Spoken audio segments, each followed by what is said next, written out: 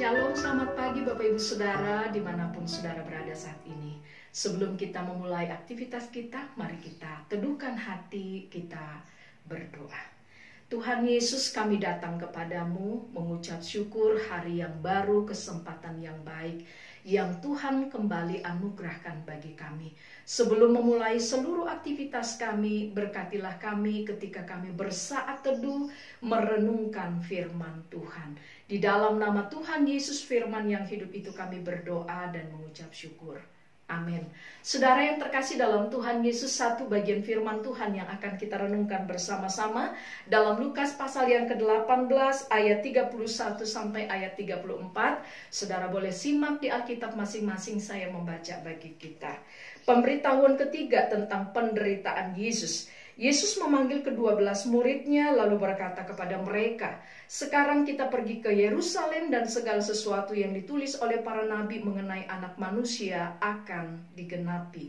Setelah ia akan diserahkan kepada bangsa-bangsa yang tidak mengenal Allah, diolok-olokkan, dihina dan diludahi, dan mereka menyesah dan membunuh dia, dan pada hari ketiga ia akan bangkit. Akan tetapi mereka sama sekali tidak mengerti semuanya itu.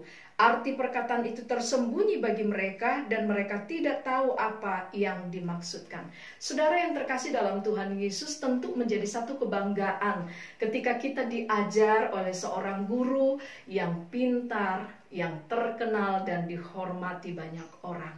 Maka saya bisa membayangkan bagaimana bangganya 12 murid yang menjadi pengikut Yesus, melayani bersama dengan Tuhan Yesus, dan mereka boleh menyaksikan secara langsung bagaimana Yesus menyembuhkan banyak orang, melakukan banyak mujizat, dan banyak orang boleh diberkati.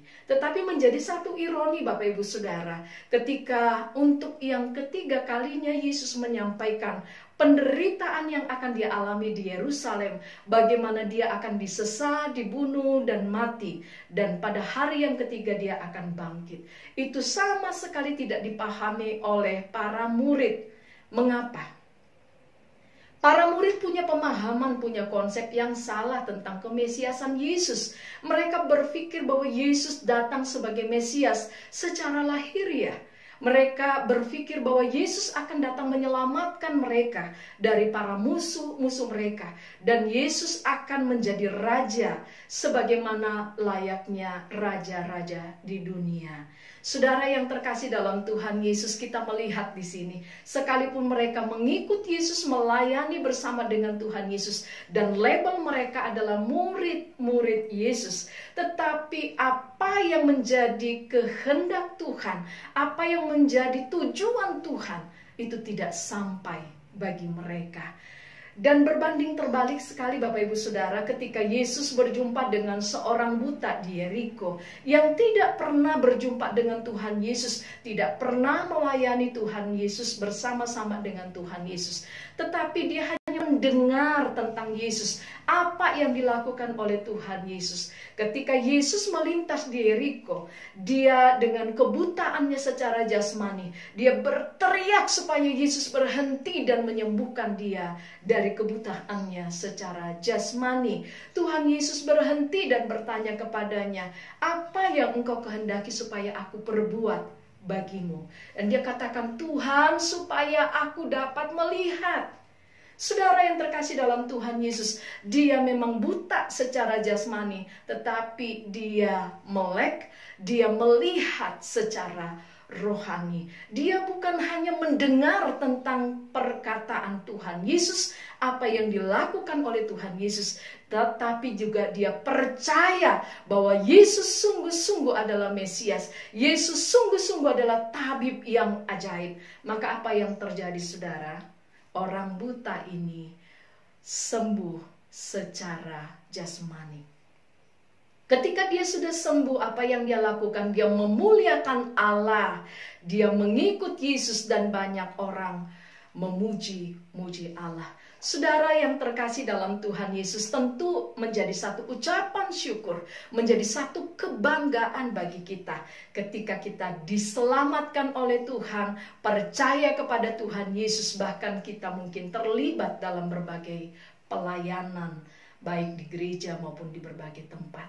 Tetapi yang lebih indah lagi, yang lebih penting lagi, ketika kita mampu menangkap maksud Tuhan di dalam dan melalui hidup kita. Kita boleh bukan hanya percaya kepada firman Tuhan, tapi kita mengimani firman Tuhan, kita menghidupi firman Tuhan, sehingga sungguh-sungguh firman Tuhan itu tergenapi dalam kehidupan setiap kita. Mari Bapak Ibu Saudara yang terkasih dalam Tuhan Yesus, hari-hari ini memang ada banyak tantangan bagi kita untuk mungkin membuat kita ragu akan Tuhan dan firman Tuhan. Tetapi biarlah kita seperti orang buta yang ada di Yeriko ini. Ketika kita mendengar firman Tuhan saat ini, kita juga boleh bertumbuh dalam iman kita kepada Tuhan, dan kita memperkatakan firman Tuhan itu, sehingga firman Tuhan itu menjadi hidup di dalam kehidupan setiap kita. Melalui hidup kita Tuhan dimuliakan, banyak orang boleh diberkati. Tuhan Yesus memberkati setiap kita dan seluruh aktivitas kita. Mari kita berdoa. Bapa di sorga, kami menyerahkan sepanjang hari ini dan seluruh aktivitas kami. Kiranya Tuhanlah yang memimpin dan menyertai kami. Dalam nama Tuhan Yesus kami mengucap syukur dan berdoa. Amin.